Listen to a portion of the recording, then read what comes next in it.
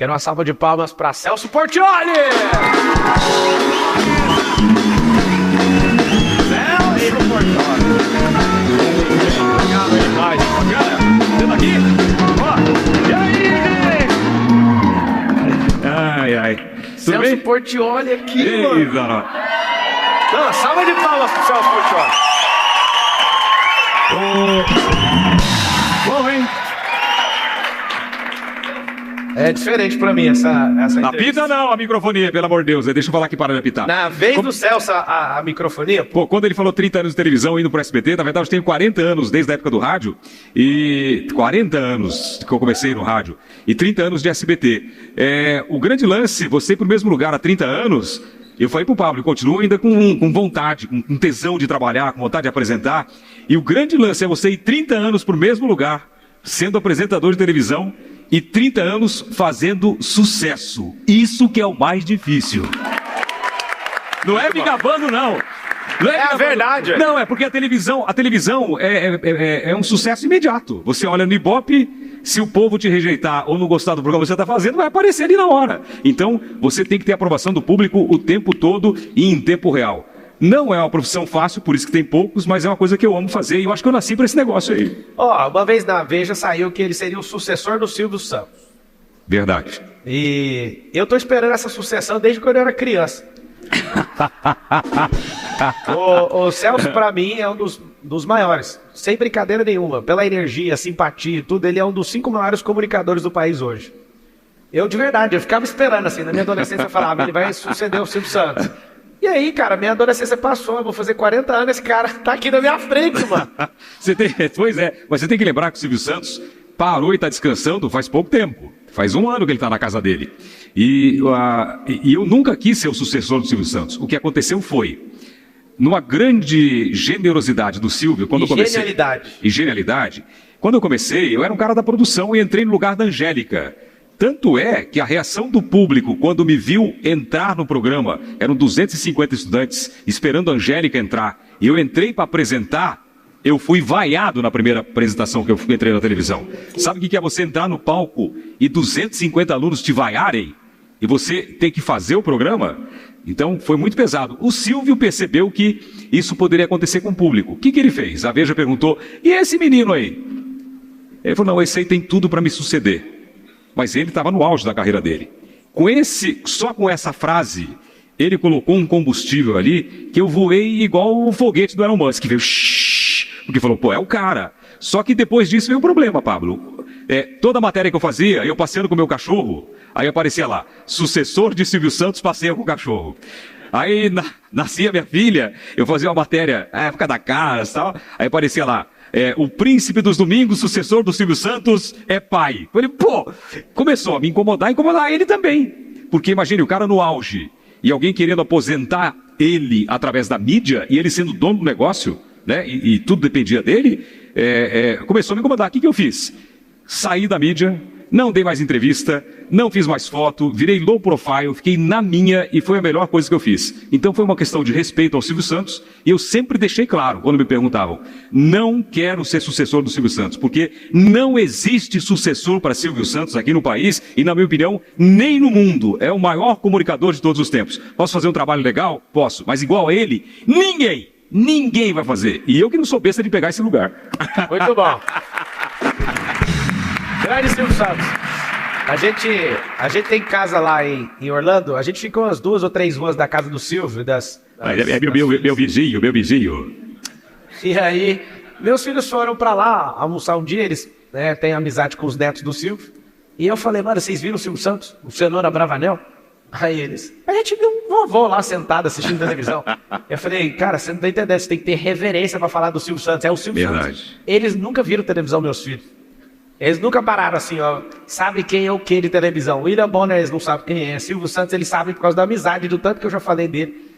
E eu vi e falei, mano, vocês entraram na casa do homem e não pediram um autógrafo. Você não falou assim, meu. Aqui, ó, eu até hoje, o Celso, eu não conheço o Silvio pessoalmente. O doido pra conhecer ele, é uma lenda viva. Isso vai acontecer, eu espero. Amém, vai acontecer. Agora, a primeira vez que eu tive contato com o Celso Portiolli, eu quero contar pra vocês uma técnica de network, quando você chegar perto de um famoso. Eu confesso que eu fiquei abalado. Eu entendo quando a pessoa treme, quando chega perto de mim hoje, por causa dessa onda de fama de internet. Eu tava sentado, a gente morou, ele ainda mora nessa rua, né? Eu morei na mesma rua que o Celso, e um dia sentado numa banca de pastel, tô sentado, o Celso, pela voz, essa voz dele, ele começou a falar, não é possível que é o Celso Portiolli. Aí eu olho pro lado, era ele. Aí meu coração acelerou, eu com pastel, ele com pastel, e eu falei assim, desculpa, você que é o César Filho? Aí ele olhou, tipo, não, eu sou o Celso. Aí eu falei, tudo bem, Celso? Aí rolou a conversa ali, foi da hora, primeiro contato com ele. Só que essa é uma forma de você chegar num famoso e tratar ele como uma pessoa normal. Isso funciona com 100% dos famosos. Então, Miguel, como eu estava falando para você, tem uma história aqui. O cara já pegou o espírito do Léo Lins aqui, ó. Léo Lins estava assim, você aqui. Isso aí tem uma história minha quando eu fui dar um autógrafo. Porque, como fala meu nome rápido na televisão, então, Celso Portiolli, muita gente entende Sérgio Portiolli. Só que Sérgio é meu irmão, eu tenho um irmão chamado Sérgio. Então o pessoal chega pra mim, ô Sérgio, me dá um autógrafo. Daí eu falo, qual o seu nome? Ela fala Ana, eu pego e escrevo Maria. Daí ela pega e fala assim, mas meu nome não é Maria. Eu falo, nem o meu é Sérgio. Temos mais uma pessoa para se inscrever no stand-up, já percebeu? Já é o quarto humorista aqui que passou aqui. Ô Celso Portiolli, como é que você descobriu que você era comunicador? Cara, uma história muito interessante. Eu fui expulso da escola e na minha cidade não tinha rádio. Eu morava numa cidadezinha muito pequena, chamada Ponta Porã. E eu fui expulso da escola e tive que ir para Curitiba. Eu, antes de falar para meu pai... Ponta Porã, em Mato Grosso do Sul, E meu pai nunca soube que eu fui expulso da escola. O que ele soube é que um filho muito dedicado pediu a ele para mudar de escola e que queria estudar numa escola grande, numa cidade grande. Eu nunca contei para meu pai que eu fui expulso. E quando eu fui pegar a minha transferência da escola, a diretora disse para mim... Foi a primeira porrada que eu levei na vida. Eu era o cara mais bagunceiro da escola, ela pegou, me entregou o papel e disse assim para mim, não aceitamos retorno de vagabundo. Eu não pude nem chorar pro meu pai falar, porque ele não sabia que estava sendo expulso. Eu falei que eu tenho 11 irmãos, 7 irmãs, estavam quase todos em Curitiba, meu pai pagando estudo para eles. Eu falei, eu quero morar em Curitiba com os meus irmãos e estudar lá. Peguei minha transferência e fui para Curitiba. Quando eu cheguei lá, me matricularam numa escola positivo. Aí, quando fizeram as contas, eu tinha que tirar tudo 9 e 10 para passar. Aí eu descobri que eu não conseguia ler. Eu lia e não entendia. Dislexia. Eu não sabia. Isso não foi diagnosticado naquela época, na minha vida, não foi. O que eu comecei a fazer? Tinha um radinho 2.000 em casa. Eu comecei a gravar as matérias e ouvir. Então eu gravava e ouvia, gravava e ouvia. E eu, com 13 anos de idade, já imitava todo mundo, todos os personagens de quadrinhos. Eu não sabia que isso era um dom, que era um talento, mas era a atração da família. Então eu gravava e ouvia, gravava e um dia, eu via, e um belo dia... Tá o quê? Tá gravando, pessoal, que isso aí é bom, esse é bom. E aí, Meta? Ei, Meta, stop.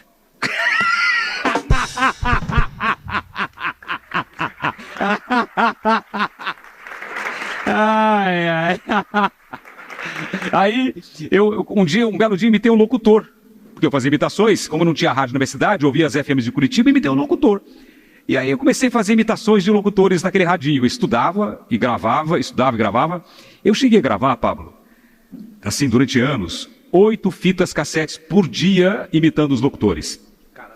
Aí tinha aquela história do vagabundo, que a diretora falou, e teve uma outra história que mexeu comigo, um dia numa festa de família, no final do ano. Eu falei para a família, eu vou ser locutor. Né? Era novinho, eu tinha 16, 17 anos, aí a família, que locutor, com essa voz vai ser locutor, tal.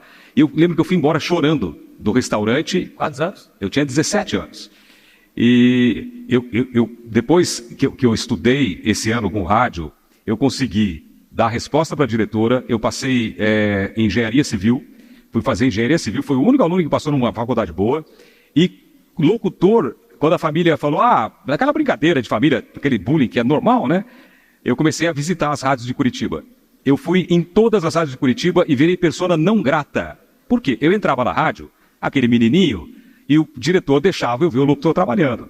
Quando eu vi o cara trabalhar, não sei se vocês já viram no rádio como que é DJ, o cara trabalha, opera e faz tudo e tal. Eu ficava perguntando muito, o que você fez agora? Por que você fez isso? Por que fez aquilo? Eu atrapalhava o cara. Então, as rádios, muitas rádios, me colocaram como persona não grata. Não pode entrar. Não pode entrar, esse cara é chato demais. Eu era piolho de rádio. Eu virava Curitiba de ônibus para visitar as rádios. Me apaixonei pelo rádio. O que eu fiz quando eu percebi que eu não ia conseguir? eu baixei um pouco a bola, eu fui numa das rádios mais simples de Curitiba, que era uma rádio que tinha programa de igreja. Cheguei lá para a moça e falei, vocês estão precisando do que aqui na rádio? Ela falou para mim, de telefonista. Telefonista. Eu falei, achou a melhor do bairro. Sou eu. E eu peguei essa vaga. Bravo.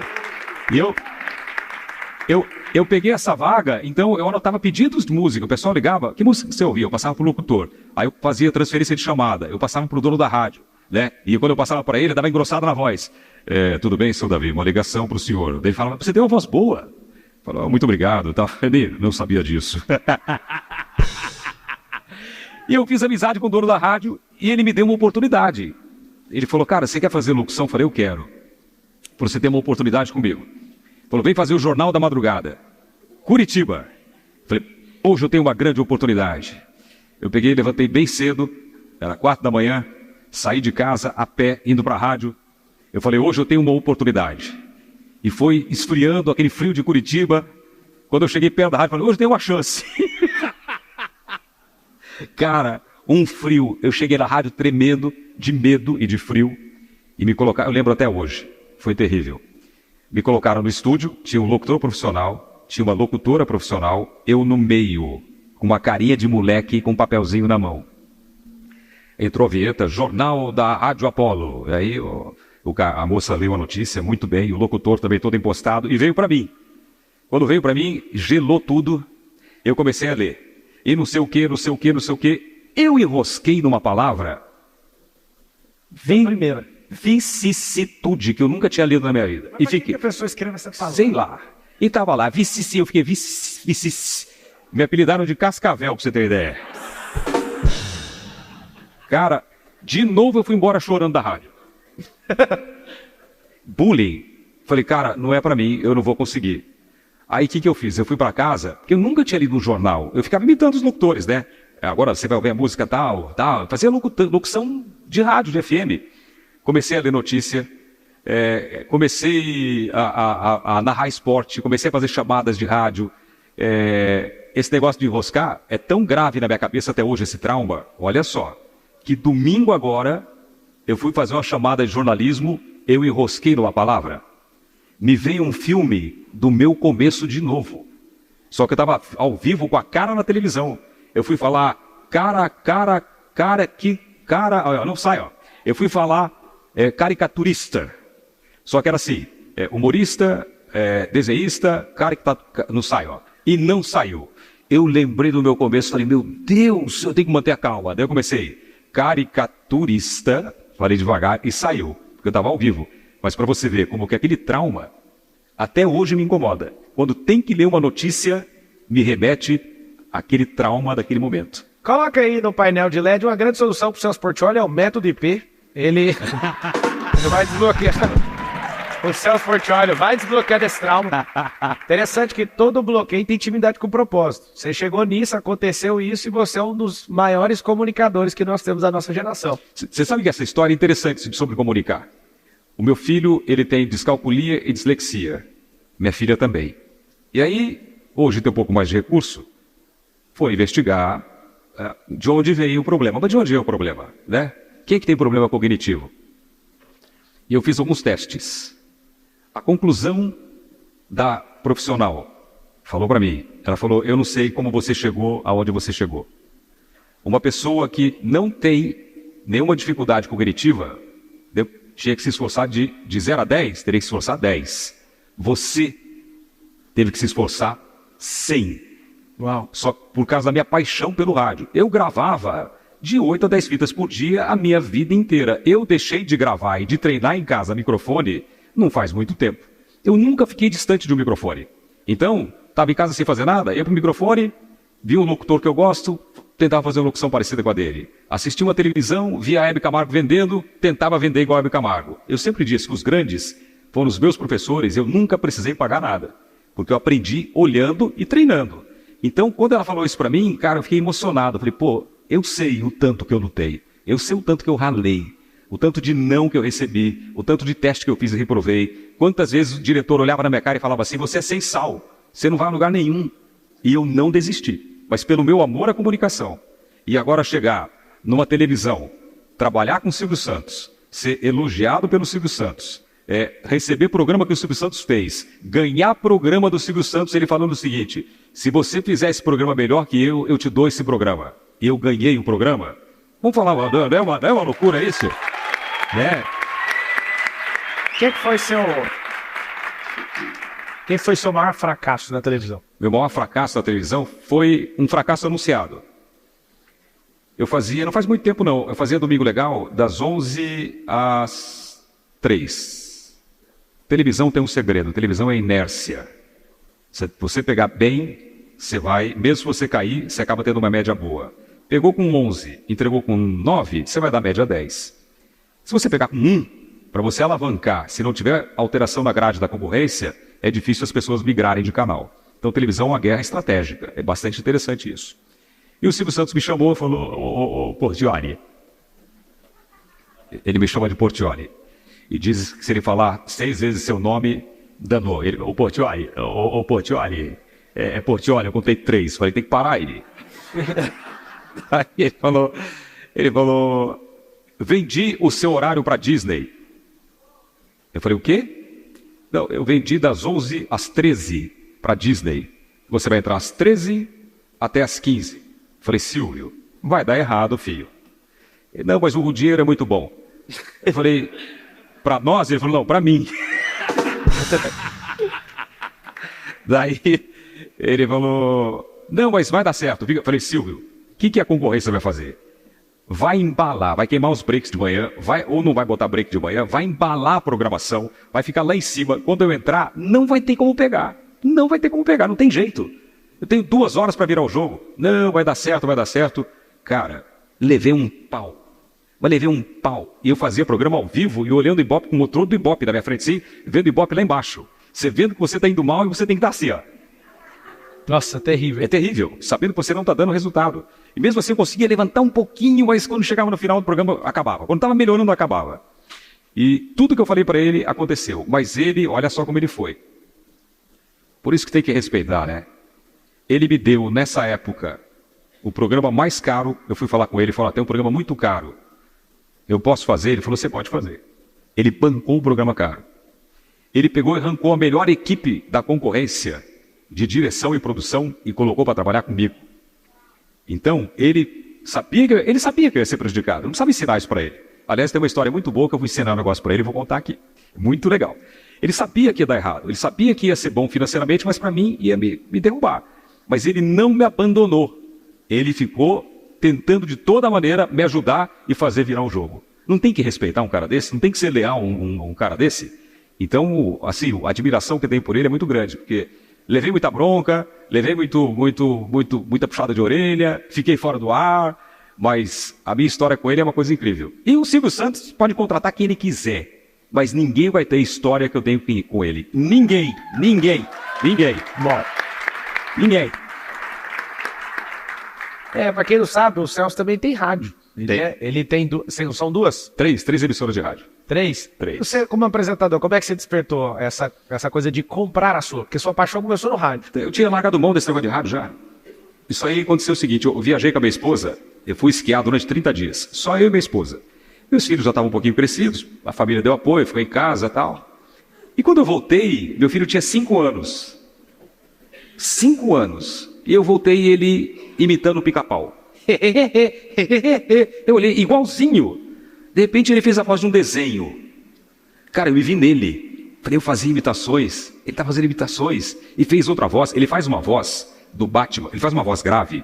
Que o locutor da Globo Padrão, que é Dirceu Rabelo, que ficou meu amigo agora, um grande amigo meu, ficou passado com a voz dele. Falou, meu, você tem que investir nesse menino. O que ele consegue fazer é um negócio impressionante, mas ele não quer saber. Aí eu comprei, pintou naquele dia uma emissora de rádio para comprar. Eu falei, meu filho vai trabalhar em rádio, vou comprar uma rádio para ele. Não tava forte as redes sociais ainda. Nem tinha começado direito. E aí eu peguei e comprei uma emissora, mas pensando no meu filho.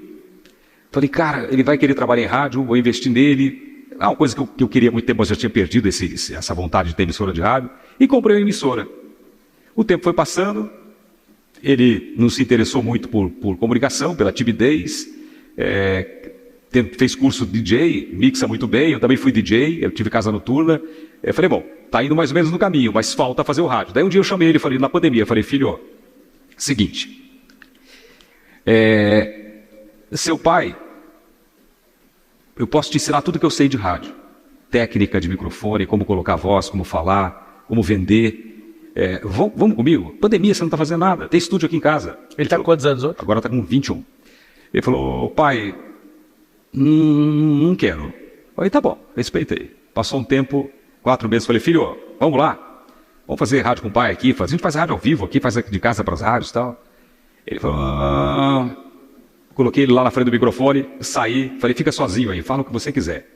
Deixei o computador gravando. Olha o que a timidez faz, né? Voltei.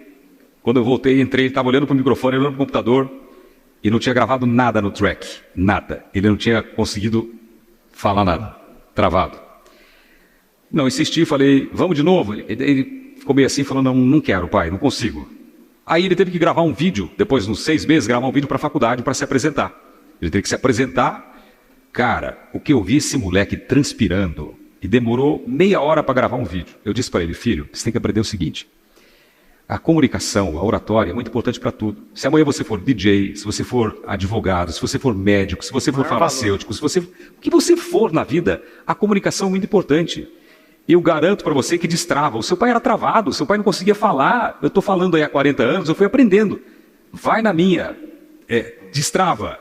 Agora começou, está fazendo fono, está gravando umas coisinhas, eu acho que ainda vai decolar. Na minha opinião, tarde, porque eu acho que com 17 anos eu já fazia programa em primeiro lugar em rádio. Então, eu tenho uma história do primeiro lugar na rádio. Posso contar? Pode. Quando eu queria trabalhar em Curitiba, eu não consegui, né? Comecei no rádio lá, perdi e fui embora para Uberaba fazer jornalismo. Primeiro dia que eu cheguei em Uberaba, vou resumir tudo, hein, gente? Cheguei em Uberaba para fazer a matrícula na faculdade, no shopping, da frente do ponto de ônibus, assim, tinha uma pesquisa. Quem é quem no rádio de Uberaba? Ó o destino. Eu entrei na fila, quando o cara foi me perguntar, eu perguntei para ele, quem é quem no rádio de Uberaba? Ele falou, por quê? Ele falou, não, porque eu era locutor da Antena 1 de Curitiba. Dei aquela queimada, menti. Ele falou, é mesmo, é? Eu falei, agora eu vou morar aqui, fazer jornalismo e tal. Ele falou, você era locutor lá? Quer trabalhar aqui? Eu falei, eu quero. Ele falou, aqui tem 2 rádios, uma gravada e uma ao vivo. Eu falei, quero na gravada, porque eu nunca tinha feito, né? Ele falou, então vou te levar lá. Fui lá, fiz um teste e passei. Então passei no rádio, primeiro do que a matrícula da faculdade. E comecei e virei um sucesso. E olha que sacada, eu era muito novo. Cara, eu explodi. Eu guardava dinheiro em caixa de sapato. Eu comecei a fazer festa em colégio, botava 1.200 pessoas em colégio, fechava o colégio com segurança, rachava com a escola, fazia noite da paquera e comecei a ganhar muito dinheiro. E comecei a ficar muito famoso na região. Onde eu ia era recorde de público. O que eu saquei? Muito novo, que eu não era o nome do rádio, era um produto. Aí eu peguei e tracei um plano. Eu falei, eu quero chegar em São Paulo antes dos 21 anos de idade. Botei a meta e desenhei no papel, fiz certinho. Falei, daqui eu vou para tal lugar, daqui eu vou para tal lugar. Antes dos 21 anos eu chego em São Paulo. Aí eu comecei minha luta. Quando deu minhas férias de Uberaba, eu fui lá para Curitiba e fui de novo ligando para as rádios. Precisa de locutor? Precisa de locutor? Precisa de locutor? Não. Aí a rodoviária era pertinho da Rádio Caiobá. Eu liguei nessa emissora de rádio e falei, era a segunda colocada. Precisa de locutor? O cara falou, precisa. Ele falou, você pode fazer um teste? Eu falei, posso. Peguei minha mochila, falei, vou levar um pau, e vou para a rodoviária e vou embora para Uberaba, no busão. Cheguei lá, fiz um teste, gravei um monte de coisa, a Cláudia Raia estava lá, foi a primeira atriz que eu entrevistei na vida, mandaram entrevistar num teste a Cláudia Raia, entrevistei a Cláudia Raia. Ele falou, você pode esperar até amanhã? Ela não era tão famosa. Era, estava no auge. Eu tremi na base, engoli seco para fazer a entrevista. Aí ele falou, você pode esperar até amanhã que eu vou falar com o diretor da rádio? Eu falei, bam, né? Eu falei, posso. Fui lá na rodoviária, troquei minha passagem, voltei para casa da minha irmã. No outro dia ele me ligou, você pode vir aqui? Fui lá. Ele falou, o seguinte, aprovamos o seu teste. Era um lugar que eu tinha uma vontade de trabalhar, porque eu fui né, humilhado lá. Aí ele falou, aprovamos o seu teste, você vai fazer das 2 às 7 da tarde, horário nobre, aqui nessa mesa. Você já fez ao vivo? Eu de novo, já! Nunca tinha feito ao vivo.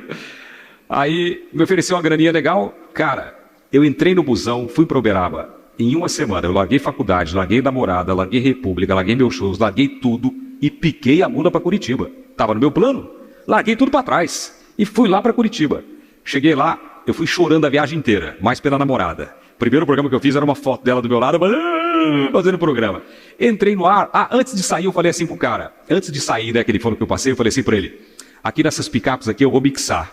Tinha um programa chamado Ritmos de Embalo. Ele achou meio estranho já, né? Falou, cara metido. Ele falou, pois é, a rádio está em segundo lugar há 7 anos. Eu falei, se eu vier pra cá, a rádio vai pra primeiro lugar. Você falou? Falei. O cara falou, que cara metido. Depois ele falou pra mim que torceu pra eu não voltar. Eu voltei. Cheguei lá, comecei a fazer programa, comecei a mixar. E nessa rádio não podia falar nome. Era proibido falar nome. Então você entrava, falava, Caiobá, você liga, é só sucesso. Desanunciava as músicas. Eles me permitiram, no intervalo comercial, conversar com os ouvintes. Então eu começava a conversar com a dona, Maria, tudo bem? Dava risada, brincava, tal, ela pedia uma música, já vou tocar música, tal. E eu comecei a mixar naquelas picapes, falar com os ouvintes. Primeiro mês, a rádio empatou com a primeira colocada. O meu concorrente era um cara chamado Gil Álvares, que tinha passado num teste que eu havia reprovado. Segundo mês, a rádio primeiro lugar. Cara, foi um sucesso. Rádio primeiro lugar. Terceiro mês, a rádio aumentou a distância. Eu não entendia muito bem o que era isso. Aí, me deram aumento, me colocaram para apresentar os eventos de shows da rádio, me colocaram na televisão. Foi o primeiro programa de televisão que eu fiz, eu não queria fazer. Eu falei, pode mandar embora, mas eu não faço televisão. Aí, quando foram mandar embora, eu tive que fazer. E foi legal. Que você não queria, então, ir para televisão? De jeito nenhum. O que era o medo? Medo de, não sei, medo de aparecer, medo, vergonha. Eu tinha quebrado a timidez no microfone, mas eu ficava escondido. Você meter as caras na frente das câmeras, todo mundo vê você. Cara, eu falava inglês tudo errado. Eu dava risada, levantava o pé, eu usava alpargata. Tudo diferente dos outros eram tudo certinho. Eu pesava 60 quilos com essa altura. Eu tenho um vídeo, eu consegui um vídeo esses dias que eu tô com a camisa polo, manga curta, a manga vem aqui, ó. Eu tô assim, é um negócio impressionante. Como que eu fui parar na televisão? E eu percebi que quando eu ia de busão para a rádio, as pessoas começaram a me reconhecer. Isso aí mexeu, né? Isso aí eu falei, pô, legal, isso aí, legal, tal. E aí eu tinha minha meta, de chegar com 21 anos em São Paulo. Aí a rádio foi para primeiro, foi muito legal. Eu gravei uma fita do meu programa e mandei para Ribeirão Preto, que era a minha próxima etapa, que era trampolim para São Paulo. São Paulo sempre buscou muitos locutores em Ribeirão Preto. Mandei a fita, esqueci. E tô lá, curtindo o sucesso da rádio e tal. E como eu não falava nome, era proibido falar nome, um belo dia, tocou o telefone, um cara falou, você pode falar comigo? Eu sou da Transamérica, concorrente. Falei, posso. Eu fui me encontrar com um cara no almoço. Quando eu cheguei lá, era o diretor que tinha me proibido de entrar na rádio. Grande dia. Grande dia. Grande dia. Aí eu falei pra ele, quando ele me viu, ele falou, é você? Ele, sou eu, e vou contar mais, vou pular a história só um pouquinho. Fiz um churrasco em casa, levei o diretor da rádio número 1 de São Paulo, tempos atrás, na minha casa, e virei para ele e falei, você lembra de uma história em Curitiba, que você convidou um menininho da Caiobá, e quando você viu, era um menininho que não era persona não grata na sua emissora? Ele falou, lembro. Falei, pois é, você está na casa dele agora. Na casa não, né? Na mansão. E aí, Curitiba estava chegando no final, minha meta estava andando. Aí, um dia eu cheguei na rádio para trabalhar de Curitiba, tinha um Scott R3 na frente da rádio, e tinha um cara dentro. Ele falou, ei, você conhece o Celso? Eu falei, qual? O Ribeiro ou Portioli? Ele falou, Portioli. Eu falei, sou eu. Ele falou, chega aí. Eu falei, deve ser viado. O XR3? Falei, é hoje que eu ando no XR3. Falei, pô, não. Ele falou, eu sou o diretor da rádio de Ribeirão Preto, da Diário. Eu vim aqui te buscar. O cara saiu de Ribeirão Preto para me pegar lá em Curitiba, na rádio. Pegar assim, me convidar. A menina Nadia que faz os cortes pro Padim já sabe o que fazer com esse corte. O cara foi lá pegar o Celso Portioli. E aí? Aí eu falei, quanto você paga? Ele falou, Oi! Me ajuda aí, cara. Deixa... O cara foi me contratar. Então, cara... Vem cá, vem te pegar. Quanto você cobra? Poxa. Daí, quanto você paga para trabalhar na sua emissora? Daí ele falou, X. Eu falei, negócio fechado. Estiguei a mão, entrei na rádio, fiz o programa, acabou o horário, falei pro diretor lá, falei, tô indo embora. Ele falou, o quê? Imagine a rádio, depois de 7 anos em primeiro lugar. Falei, não, você não vai. Pegaram um psicólogo para falar comigo. Metendo psicólogo, eu cheguei em casa, eu era molequinho, escrevi tudo na parede. Vai pra Ribeirão, nos post-it, vai pra Ribeirão. Cheguei no outro dia, os caras, não, você não vai embora. Melhoraram meu salário, falei, não, vou embora. Não vamos entregar sua carteira de trabalho. Eu falei, fica com ela, perdi, tô indo embora. E fui embora. Nesse dia, eu tava em casa arrumando minha mala, eu já tinha uma nova namorada, larguei também, fui embora. E aí, essa já é a segunda. Já é a segunda. Eles falaram assim, chamava Elis Regina. Daí eles falaram, liga o rádio. Eu liguei o rádio. O diretor da rádio, ele era um narrador do Fantástico também, vozeirão. E começou a homenagem da rádio para mim. E começaram a falar o seguinte, nessa cadeira muitos locutores passaram, tal, não sei o quê, mas você e tal, tá traçando uma nova trajetória, e aqui fica o abraço. E começaram a falar do diretor, do dono da rádio, que era seu Bétega, até da menina da limpeza, que era minha amiga, até o dono da rádio, falando com todo mundo, falando comigo e mandando mensagem no rádio. E tinha uma música que eu pedia para tocar, que era La Isla Bonita de Madonna. E os caras, não, essa música não pode tocar ainda, não é de trabalho, tem que tocar Like a Prayer. Pô, mas essa música é bonita, eu gostava dessa música. E não deixavam tocar. Aí no final da mensagem falaram assim, essa música é para você. E tocaram La Isla Bonita. A partir daquele dia, a música passou a ser a mais pedida de Curitiba. A música explodiu em Curitiba. Então, você queria que tocasse, ninguém deixava. Todo lugar que eu vou que toca La Isla Bonita, parece que tem um sinal. Eu fui com a minha mãe para Israel, o restaurante estava fechado. Acha a música aí pra gente tocar ela. Vai derrubar você sabe botar só corte ou vou botar inteiro? No YouTube vão derrubar, não põe não. Não, a gente conhece o YouTube lá, dá pra fazer sem derrubar. Coloca a música dele. La Isla Bonita. Aí, eu saí de Curitiba e o Cabrini foi fazer a minha história aos 3 anos. Eu não queria fazer. Falei, Cabrini, você não vai conseguir contar a minha história, é muito grande. Quando eles terminaram o material, eles tiveram que jogar 1h30 boa fora. Uma pena, né? Colocaram 1h50 no ar, 1h40 no ar. Porém, o depoimento que ele recebeu dessa rádio de Curitiba foi que depois que eu saí, a rádio demorou mais de 20 anos para voltar ao primeiro lugar. Caramba. Eu tinha só 17 anos quando eu fui locutor dessa emissora de rádio. Então, o negócio que me deixou orgulhoso depois de muito tempo. E eu não parei por aí. Aí eu fui pra... Posso continuar falando? Pode. Essa música mesmo? Deixa eu ver. Does not say.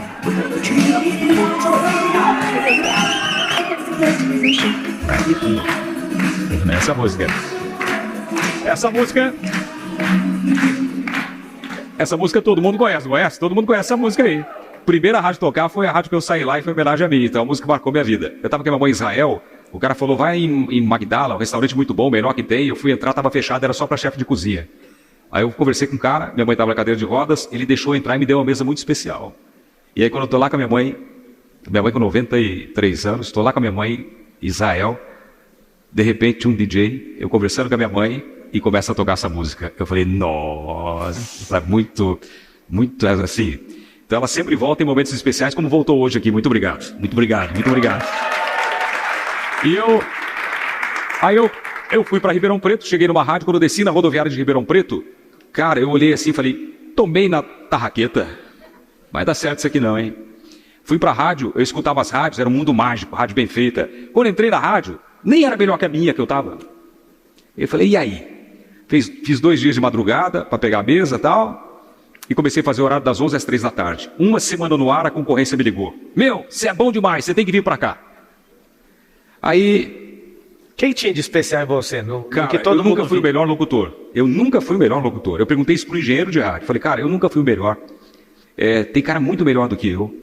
Por que eu dou certo no rádio? Ele falou que o rádio são ondas magnéticas e você transmite energia pelo ar.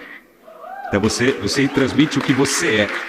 A televisão é muito cristalina. A televisão, todo mundo acha que está vendo a pessoa ali, ela está fingindo que ela está feliz, você está enganando o cara de casa. Não tá. Tudo que você sente, você passa para o telespectador. Eu não trabalho com estresse de maneira alguma. Eu trabalho na boa, na paz, porque eu não quero passar nada de ruim para quem está me vendo. Então eu trabalho tranquilo. Sempre, sempre. Não tem estresse comigo. Eu sou muito tranquilo para trabalhar. Isso aí realmente dá diferença na televisão. Quando eu cheguei lá, me ligaram, eu falei pro diretor, cara, foi o cara que foi me pegar lá em Curitiba. Falei, ô Renê, a Rádio Clube me chamou para conversar. Era a primeira colocada Clube. Ele falou, o quê? faz tempo que não chama ninguém. Falei, pois é, mas me chamaram. Era uma segunda-feira, mais ou menos. Ele falou, bom, você tem até quinta-feira para me responder se você vai ou não. E o que eu fiz? Eu fui lá falar com o povo lá da rádio lá. Cheguei lá, fui falar com o cara, me fizeram uma proposta legal. Eu pensei bem, falei, pô, que falta de gratidão, né? Não vou ficar. Quando eu cheguei na quinta-feira, eu falei para ele, o Renê, eu fui lá falar com o pessoal da clube. Ele falou, o quê? Você foi lá? Eu fui te buscar, você foi lá falar com os caras? Eu falei, fui, mas eu quero ficar. Ele falou, você não fica mais, aqui eu não te quero mais. Me demitiu na hora. Chamou o RH, me demitiu na hora. Ele falou, aqui você não entra mais. Ele deve estar vendo isso aí. Você não entra mais. Eu fui nessa rádio aí, gente, eu dormi no estúdio. Eu me ralei, eu ferrei, eu passei, eu pesava 60 quilos. O meu negócio era comer pão de queijo e misto quente. Era uma vida difícil para mim. Eu peguei e fui para outra rádio, tive que ir embora para outra rádio. Troquei o horário da tarde pelo horário da madrugada. Eu morava, no começo, eles conseguiram um quartinho no fundo de uma casa para mim. Tinha uma cama, pesado, né? Uma cama e uma pia no canto, só. O banheiro era fora. O banheiro era cheio daquela samambaia que cresce, sabe assim? De tijolo. Eu tinha medo de lavar o cabelo de olho fechado, porque tinha piolho de cobra dentro do banheiro. Era um negócio horrível, assim, horrível. Era uma vida difícil. Eu comia lanche e chocolate. Da noite para o dia, minha pele arrebentou, 120 espinhas na cara. Cara, eu estava na pior. Aí eu conheci um cara chamado Joaquim, que trabalhava no AM, que não tinha muito relacionamento do FM, que era mais elitizado, com a AM, que era povão. Mas eu gostava de ver os comunicadores do AM. E eu fiz amizade com esse cara. Aí ele me mostrou lá a Dona Vera, que todo mundo comia. O cara deu uma resolvida na minha vida. E passou um tempo, eu montei uma república com ele e outros doutores da rádio, com um médico, com um estudante de medicina, com um estudante de fisioterapia. 11 caras numa república, a 11 quilômetros da rádio. Muita gente da república. E aí eu saía de madrugada, não tinha busão, eu gastava minha grana com um táxi para ir embora para casa. Só que às vezes, para não gastar o dinheiro, o que eu fazia? Eu saía do ar às 2 da manhã, eu botava a rádio no queue, deixa a rádio tocando música, mas você consegue falar e se ouvir no queue da mesa.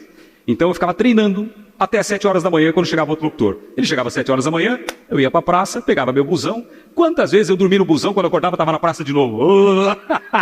Perdi a saída do ponto, descer. E aí eu fiquei nessa emissora, chegou um momento que eu falei, cara, não aguento mais trabalhar de madrugada, eu vou embora.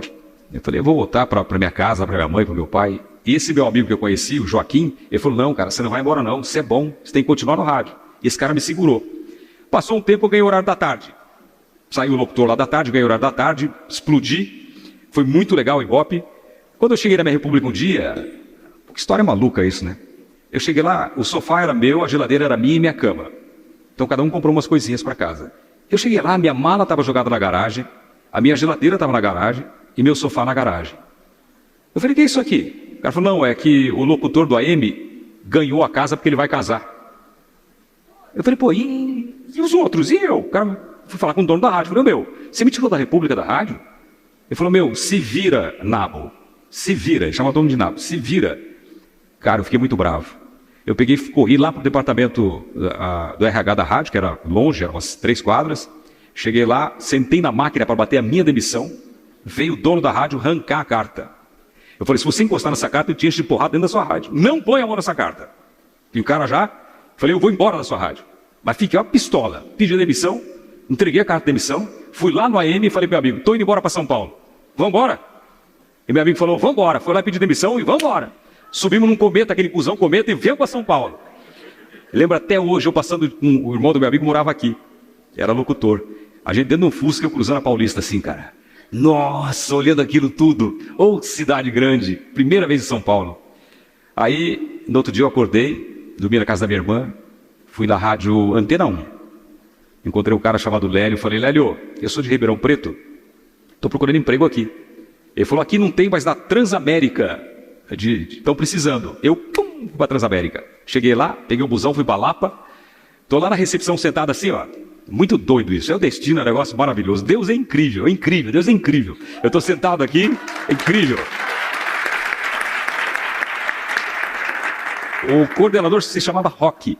Não é o Roque do Silvio Santos, não. Roque, não. Aí eu estou sentado ali, passou um cara grandão assim e falou, ei, o que você está fazendo aqui?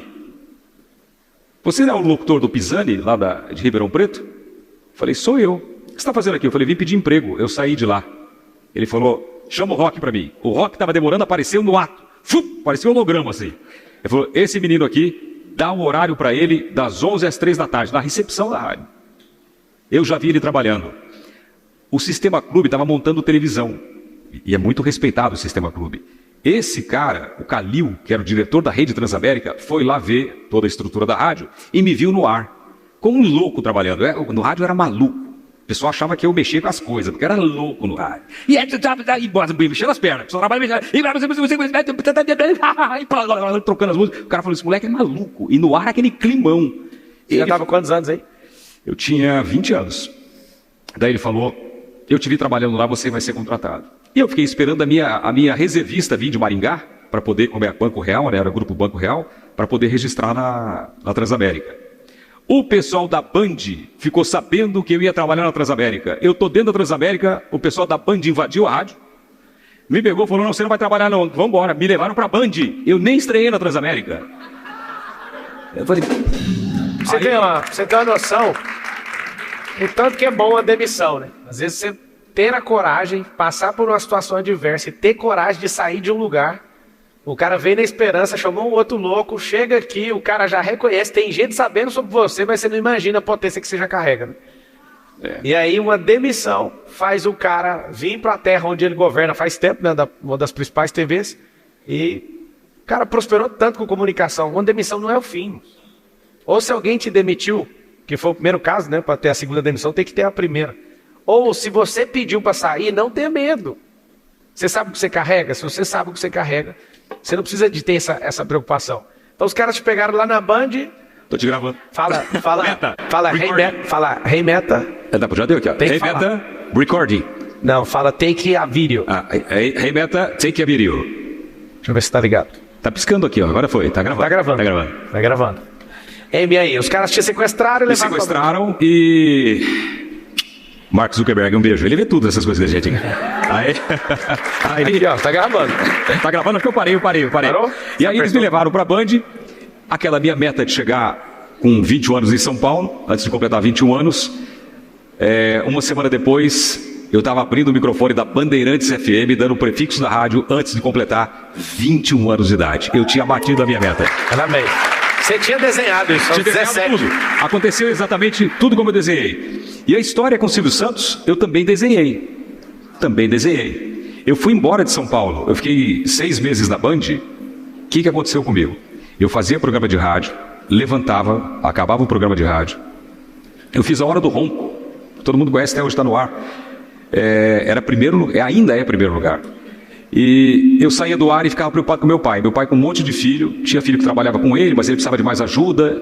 São quantos irmãos? 12. Eu perdi só um irmão, que era o maior empreendedor da família. Eu perdi ele, um acidente muito besta assim. Hoje nós somos 11, né? Eu sou mais novo de 12. Então eu tinha um peso da consciência. Preciso ajudar meu pai. Eu, 6 meses depois de realizar o meu sonho, bater minha meta, eu larguei tudo. Cheguei no diretorzão da rádio, falei, tô indo embora para ajudar meu pai. A Bandeirantes, pela primeira vez, permitiu uma despedida no ar. Eles deixaram dar com a choradeira. Inclusive deixaram dar o meu telefone, o meu endereço de ponta no ar. Eu recebi sacos e sacos de cartas, assim. Naquela época era carta, né? Cheguei lá, comecei a trabalhar com meu pai. Muito bacana, mas o destino é um negócio... Na esquina da minha casa abriu a TV Globo. 2 quadras de casa abriu uma rádio novinha, FM. Eu falei, pai... Eu posso trabalhar só domingo no rádio? Ele falou, pode. Isso depois de você vir aqui, você ainda não? Depois eu larguei tudo aqui, voltei pro interior, larguei minha carreira. Aí fiquei com meu pai lá um tempo com meu pai. E comecei a fazer rádio. Só que daí eu tive a experiência da venda. Porque eu fiz um contratinho com a rádio do interior e eu comecei a vender mídia. Vendedor de mídia. Cara, em pouco tempo eu estava ganhando mais que o dono da rádio. Porque eu cobrava para anunciar no meu programa, para gravar o comercial, eu ganhava a comissão da venda, eu ganhava parte do que eu vendia. Foi muito bom. Como começou a melhorar e ganhar dinheiro ali, eu comecei de novo, aquela vontade de fazer rádio começou a aumentar. E aí eu ia sair com meu pai, chegava lá no negócio do meu pai e falava, pai, que hora que você vai embora? Ele ficava pé da vida, cara. Pé da vida. E aí, mas continuei trabalhando com ele. Passou um tempo que eu estava lá com ele, meu pai teve um AVC e eu acabei perdendo meu pai. Foi a decisão mais acertada da minha vida. Foi ter largado tudo que eu queria para trabalhar com meu pai. Então eu não tenho esse peso na consciência de não ter ajudado meu pai. Eu fui lá. Quando ele faleceu, eu falei, cara, não tem mais sentido eu estar aqui. Eu falei, eu vou voltar a correr atrás do meu sonho, que já era fazer televisão e trabalhar com o Silvio Santos. Era meu sonho. E aí, o destino, Deus de novo, começou a fazer algumas coincidências. Eu aprendi que são pequenos milagres onde Deus prefere não aparecer. E as coincidências cercaram minha vida o tempo todo. Eu comprei uma antena parabólica no consórcio e ganhei na primeira prestação. Não tinha o SBT na minha cidade. Botou a parabólica no teto, no telhado da minha casa. Quando eu ligo, está o Lombardi pedindo ideias. Mande ideias para a câmera escondida. Eu, na minha casa, eu tinha um estudinho de rádio, que eu fazia vinhetas para as rádios do interior, que eu ganhava dinheiro com isso também. Um estudinho bem simples, era um tape deck, uma mesinha de som, um microfone. E meu pai tinha uma câmera VHS, grandona, que comprou no Paraguai. Isso há 30 anos. Eu fiz o que fazem hoje. Eu coloquei a câmera em cima de livros e falei durante 50 minutos da minha vida. Falei, fiz locução, imitação, falei do que eu queria fazer e no final da fita eu coloquei 11 ideias para a câmera escondida. Falei posição de câmera, tudo, mas nunca tinha visto esses negócios. Falei, chutei e acertei. Aí mandei a fita para o SBT. O dia que eu fui colocar a fita no correio, apareceu uma senhora chamada Dona Ida, uma evangelista alemã. Ela falou, o que você vai fazer? Eu falei, vou mandar essa fita para o SBT, para o Silvio Santos. Ela pegou aquela fita e fez uma oração naquela fita. Que massa. E falou o seguinte, que o Silvio Santos assista essa fita. Que essa fita chegue nas mãos do Silvio Santos. Ela falou isso. Eu peguei a fita, eu tinha uma loja de CD. E do meu lado, sabe quem que tinha? O Paraguai vendendo CD pirata. E eu vendia CD.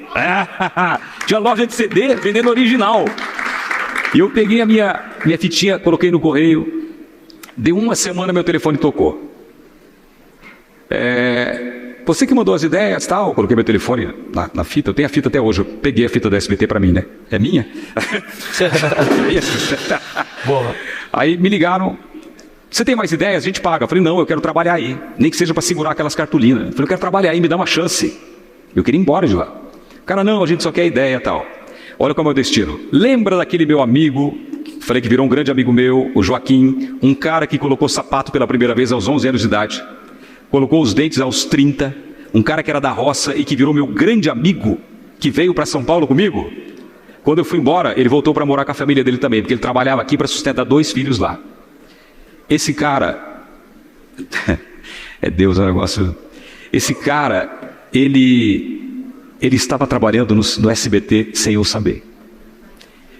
E estava trabalhando com o Silvio Santos. Ele passou ao lado do diretor e do Silvio, e o Silvio perguntou, as cartas estão chegando para a câmera escondida, com as ideias? E o diretor falou, olha, chegou uma fita de um rapaz aí, que ele mandou boas ideias, ele quer ser apresentador de televisão, tem uma boa aparência, e o Silvio falou, mas qual que é o nome do rapaz? E o cara falou, Celso Portiolli. O meu amigo estava do lado. Ouviu e falou, peraí, esse cara é meu amigo do rádio. Você tem o contato dele? O cara falou, tenho. Me ligou, quando ele me ligou, falei, alô, como que você tá? Como tá Ribeirão Preto? Ele falou, não tô em Ribeirão Preto, eu tô trabalhando no SBT, com o Silvio Santos. Você mandou uma fita pra cá? Falei, mandei. Falou, você tem cópia? Eu tinha a cópia. Cara precavido e preparado vale por 10, né? Eu mandei a fita pra ele, ele pegou a fita, chegou no Silvio Santos e falou o seguinte, Silvio, a fita que o diretor falou do rapaz que quer ser apresentador, é essa aqui, ele é meu amigo. Entregou pro Silvio. Nesse meio tempo, olha como esse cara foi importante é importante na minha vida. Ele organizou com o diretor para que eu recebesse o dinheiro das mãos do Silvio Santos. Aí ele organizou e eu vim para São Paulo, 16 horas de busão, com aquele terno de Dimocó, sabe de Dimocó, aquele ternão assim, peguei o que eu tinha, vim para cá, e eu vim receber o dinheiro do Silvio. Cara, minha mão minava água. Antes disso, e antes de ganhar a parabólica, teve uma passagem muito forte, que eu sonhei. Eu estava com os meus amigos numa chácara do meu pai, depois que ele havia falecido, e eu sonhei e levantei e falei com meus amigos assim, cara, eu sonhei com o Silvio Santos, que ele tinha me dado uma chance, e foi assim, bebeu, louco, né? Uma semana depois eu sonhei de novo e falei para minha mãe, mãe, é um sonho diferente, eu sonhei que o Silvio Santos me deu uma chance assim, assim, assim. Ela falou, vai lá, vai no show de calouros. Eu falei, você é besta? Eu falei, não, tem coragem. Quando eu vim para São Paulo receber a grana dele, aconteceu exatamente como eu sonhei. Eu fui entender agora, estudando a Bíblia, que isso é uma revelação na sua vida, revelação em sonhos. E aconteceu exatamente como eu sonhei. E nesse dia, Pablo, foi uma negociação muito legal que eu fiz com ele. Ele acabou de gravar, eu recebi meu dinheirinho das ideias e tal. Ele veio falar comigo fora do ar, atrás das câmeras. Ele falou assim para mim, a primeira frase que eu vi do Silvio Santos na vida foi, você é amigo do Joaquim? Eu falei, sou amigo do Joaquim. O que você faz? Eu falei, eu sou vereador. Eu era vereador. Eu tenho uma loja de CD, eu tenho uma casa noturna, eu dirijo 2 emissoras de rádio. Ele falou, quanto você ganha? Eu falei, eu ganho R$ 2.500 por mês. Ele falou, você ganha muito, a televisão não paga bem.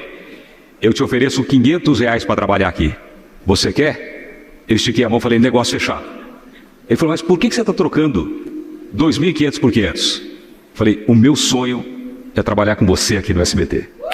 Aí ele falou, ele apertou minha mão e falou, então vamos trabalhar. Quando eu fui sair do estúdio para falar com o diretor, ele me chamou pelo nome.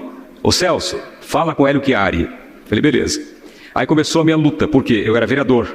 Então, semana sim, semana não, eu viajava 16 horas de ônibus para ir, 16 horas de ônibus para voltar. 16 horas de ônibus para ir, 16 horas de ônibus para voltar. E minha vida ficou nessa história de voltar para Ponta Porã de ônibus. Semana sim, semana não. No ônibus eu escrevia as ideias para a câmera escondida. O meu papel era criar a câmera escondida. Até hoje, eu tenho ideia de câmera escondida. Aqui nesse auditório eu poderia fazer uma grande sacanagem com vocês, que já pensei umas 3 ideias aqui. Já vai fazer. Então, minha cabeça virou câmera escondida. Então, toda semana tinha uma ideia minha no ar.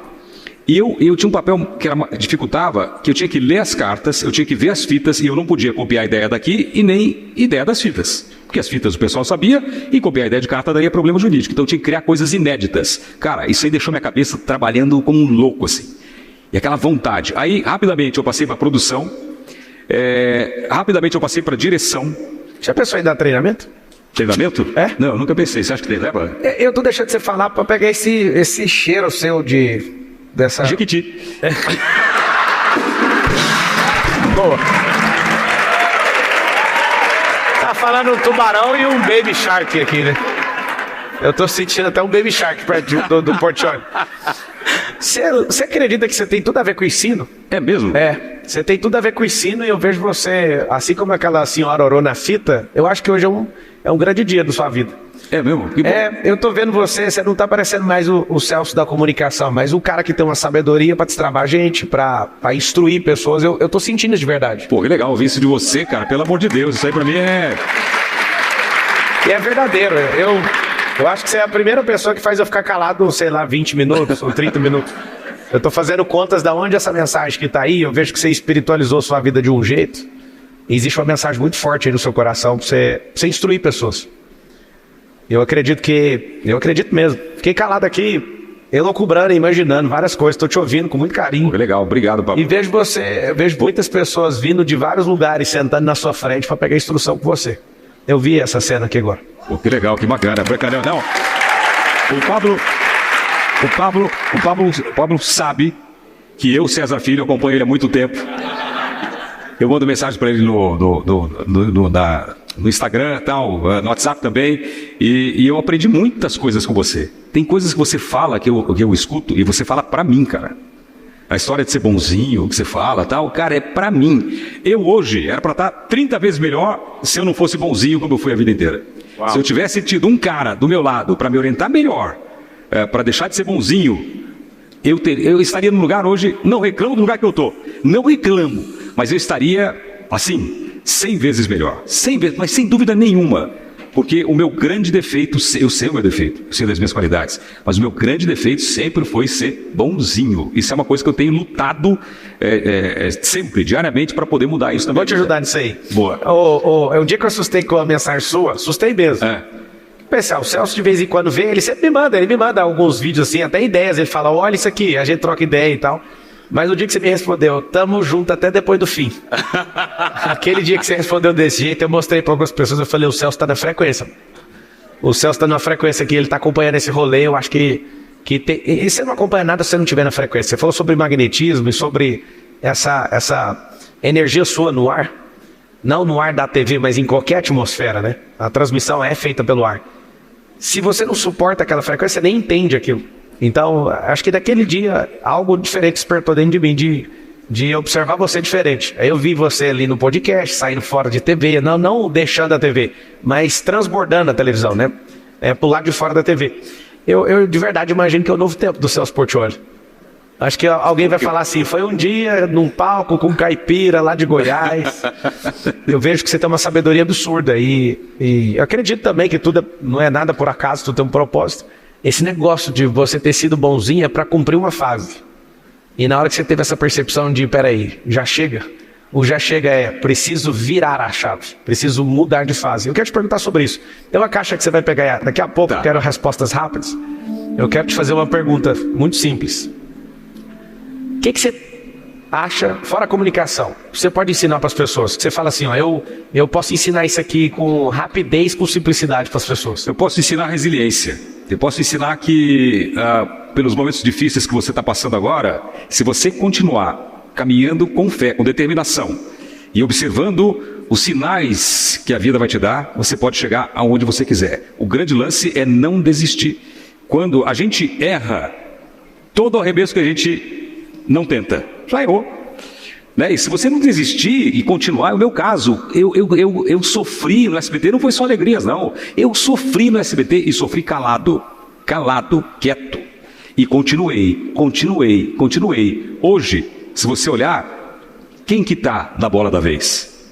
Sou eu, porque eu esperei o momento certo. Eu engoli o sapo, engoli a lagoa, mas eu continuei. Então eu sou a prova viva de resiliência, perseverança, de saber o momento certo, de bater o pé, de brigar, de não errar a hora de dar o golpe. A gente pode ver o Bambam. Bambam errou 2 golpes no Popó, levou 4. Então o golpe tem que dar na hora certa. E às vezes você tem que recuar 2 passos para dar 50 para frente. Eu sou um exemplo vivo disso. Resiliência. E se eu contar a minha história, aqui eu estou contando assim, pincelado. A minha história dá um filme. Dá um filme assim de tanta coisa que eu passei e tantos momentos difíceis que eu soube, com estratégia e inteligência, me livrar. Tanto que eu tô aí. Você pega a rede social, eu tô lá. Você pega podcast, eu tô lá. Você pega vídeo, canal de criança para renovar o público, eu tô lá. Eu tô na televisão, incomodando a Globo. Livro? Incomodando a Globo, vai ver se pode, né? Com 56 anos na cara, incomodando os caras ali. Então, cara... A Jequiti é bom mesmo, porque o cara não tem 56 anos, né? Você olha na lata dele, não tem 56. Não, e Jequiti, desculpa, mas eu sou o perfume mais vendido da Jequiti, tá? Desculpa. Você é bravo. Eu quero um dia te ajudar a fazer esse filme, fazer seu livro e fazer essa parte sua educacional que eu sei que você vai explodir. Pô, Pablo, conto com você. Você sabe que eu sou um cara, eu te admiro muito. Acho que essa história de meme, que tudo virou com você de meme, que você explodiu, que você hypou na onda. Olha aquilo ali, mano. Cadê? É o Matheus Ceará? É o Matheus Ceará mostrando a bunda aqui, mano. Eu não sabia que tinha virado viado. Virou? É o mais doido que eu já vi até hoje. Tá igual o Ronaldinho Gaúcho num rolê aleatório aí. Celso, pega na caixa, tem uma caixa secreta atrás de você. Você não veja o negócio. Na hora que você pegar, lê e rebate rápido. Só não pense. Pegar aqui? Peguei. Lê e responde no impulso, vai. A coisa mais louca que já te pediram. O que é a coisa mais louca que pediram pro Celso Portiolli? Selecionou demais. Pensou em 3 pessoas. Necessidade de aprovação. A coisa... Não é. Cara, nunca pediram nada louco demais pra mim, não é? Não, não sei. O Cariani tava mais cedo, o que pediram pra ele foi... Me engravida. Ninguém nunca falou loucura pra você? Que coisa mais louca. Eu quero achar uma coisa bem louca mesmo. Eu acho que a coisa mais louca foi nudes. Pra mim que pediram. Nudes é a coisa mais louca. Como que eu vou mandar outra nudes? Que de graça mostrou a bunda aqui, ó. Para mim nunca pediram nada, eu não sei se é respeito, eu não sei se cria uma barreira, se as pessoas têm vergonha, mas para mim nunca. Cara, eu nunca, a pessoa fala, nossa, você é bonitão, a mulherada, nunca, não tenho sex appeal, nunca, sou de boa. Aí o cara fala, você é a cara do Jim Carrey, eu vou para os Estados Unidos, ninguém me pede autógrafo como Jim Carrey. Então, acho que tem essas coisas assim, o povo acha uma coisa, pensa uma coisa, mas comigo não acontece, não tem essas coisas loucas de pedir para mim. Isso é frequência, é porque você não está emitindo essa frequência. Vai para a próxima. Oi, se a próxima eu consigo achar uma coisa... Vai lá. A maior conquista. Qual foi a maior conquista? Minha maior conquista foi a minha família. Minha família é a minha maior conquista. Minha então esposa... olha para aquela câmera e manda uma mensagem romântica para sua esposa. O meu amor que está comigo há 33 anos. Ela começou comigo na época das vacas magras, lutou por mim, a minha mulher que me conquistou. É uma história muito bonita de amor. E eu tenho certeza, eu não vou voltar para debaixo da ponte, mas se um dia acontecer, a única mulher que estará ao meu lado é a minha esposa, e junto com os meus filhos. Ela é incrível. Te amo, meu amor.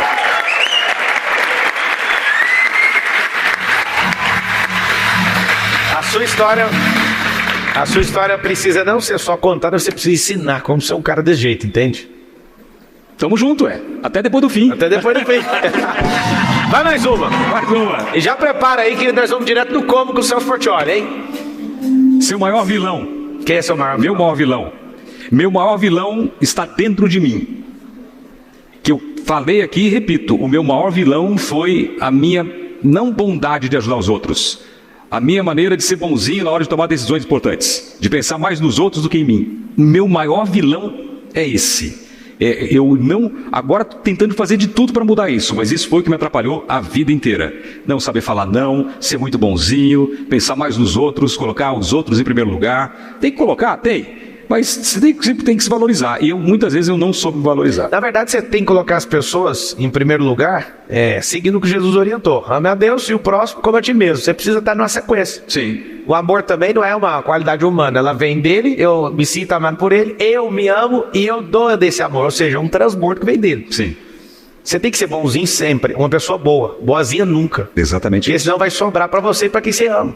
Uma vez eu levei uma bronca do Silvio Santos, que eu fazia cada sessão premiada, uma pirâmide premiada, aí tinha os números lá, e eu era super rigoroso com isso, só eu sabia onde estava, que eu não queria que eu vazasse, e aí eu era super honesto com isso, sempre fui, cuidava disso, foi um pedido meu para a televisão, não quero que ninguém saiba, só eu sei, e a moça participou, era um prêmio de R$10 mil, isso há muitos anos atrás, era um excelente prêmio, e a moça, quero o número 3, falei, pensa bem, número 3, vou mudar, número 5, eu falei, olha, tem que pensar bem, hein, ela falou número 7, falei, vamos abrir o número 7, ganhou R$10 mil.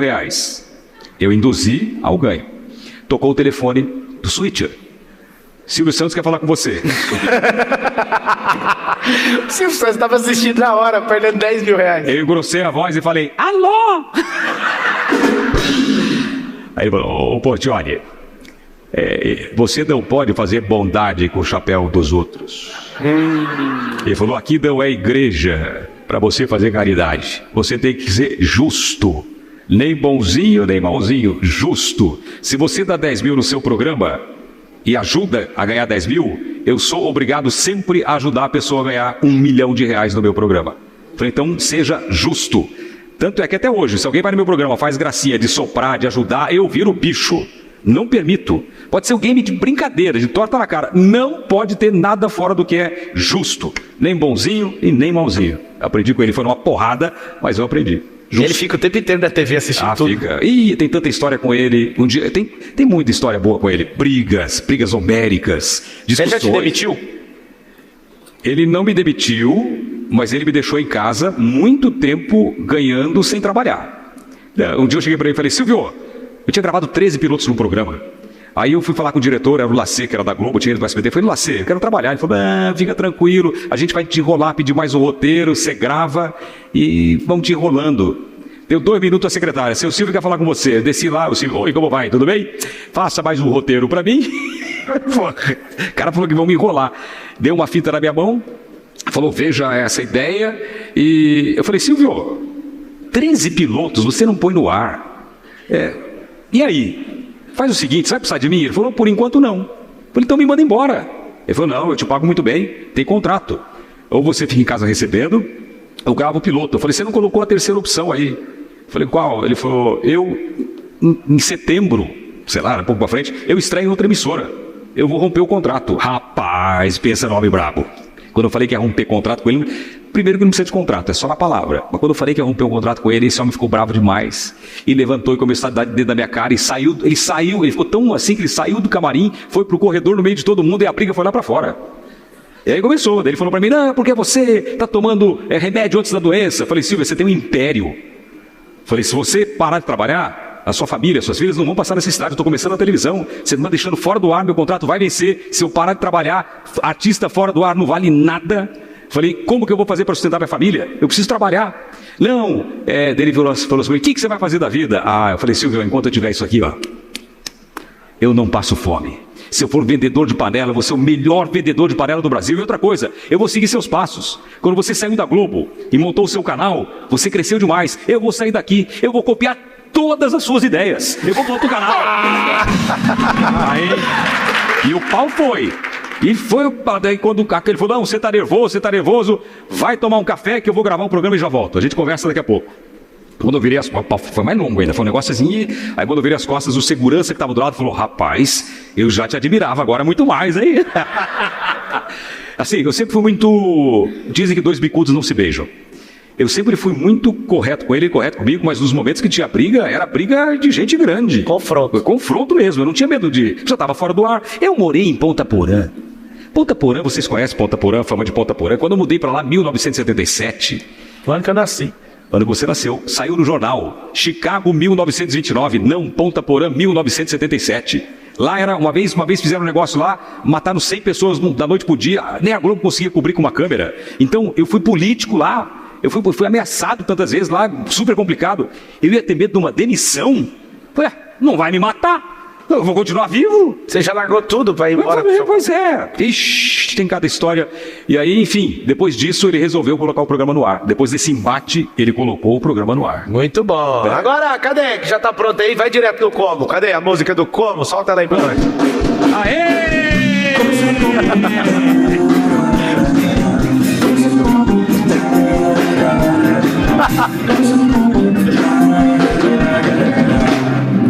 Os seus Portioli bateram palma ao contrário, vocês perderam. Como é que é? Vai lá direto do Como para Celso Portioli. Boa tarde a todos, eu me chamo Mariciane. Cadê? Aonde? Aqui. Legal.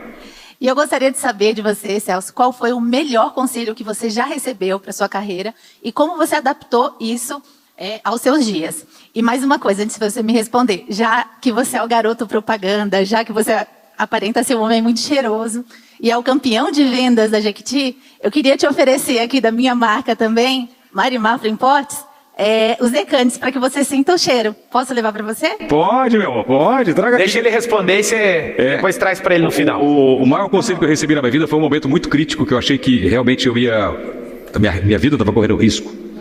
E quando eu fui candidato, quando eu fui vereador, e me lançaram antes a deputado e tal, e na minha cidade tinha um cara que comandava tudo, e ele me colocou no carro e começou para sair da cidade, me deu um conselho. Ele falou, vou te dar um conselho para o resto da vida, você é um moleque novo, então vou te dar um conselho. Ele falou, seja inofensivo às lideranças. Na minha cadeira, nem meu pai senta. Eu entendi aquilo.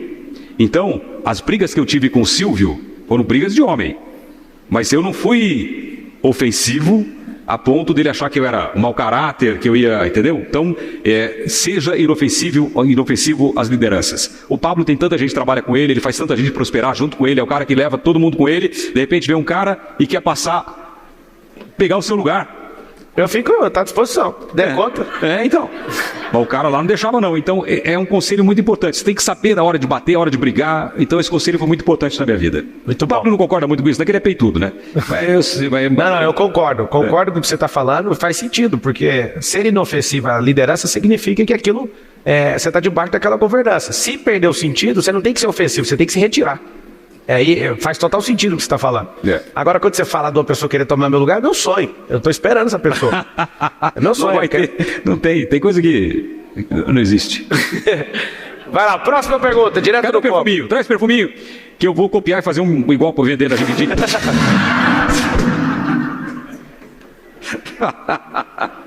É perfume seu, é? Você trabalha com isso? Muito obrigado. É bom que você já mexeu, ele, você veio tremendo. Já está misturado aqui. Vai lá, próxima pergunta para Celso Portiolli. Boa tarde, Celso. Boa tarde, Pablo. Fábio Pestana. Celso, uma pergunta para ti. Nos momentos difíceis, como você encarou ter que deixar os seus meninos, a sua família, para encarar a sua profissão, ter que viajar aí e tudo? Cara, não teve muito isso, eu tive sorte, eu fui um cara privilegiado. Toda vez que nascia um filho meu, o Silvio Santos me tirava do ar. Uma coincidência louca da vida. E um dia eu agradeci a ele. Falei, você fez uma coisa boa para mim. Porque nascia um filho meu, eu estava fora do ar. Então eu curti muito o crescimento dos meus filhos. Teve uma época tão doida que eu cheguei para ele e falei, você precisa de mim? Ele falou, não. Falei, então fazer o seguinte, tem programa para mim nos próximos anos? Não tem programa. Posso ir nos Estados Unidos dar inglês? Ele falou, você quer ir nos Estados Unidos dar inglês? Pode. Eu falei, mas você continua me pagando? Ele falou, continuo. Eu fui morar 8 meses nos Estados Unidos e ele me pagando salário e eu morando lá de boa com os meus filhos e estudando inglês. Quando eu voltei, ele me chamou lá e falou assim, aprendeu a falar inglês? Eu falei, não.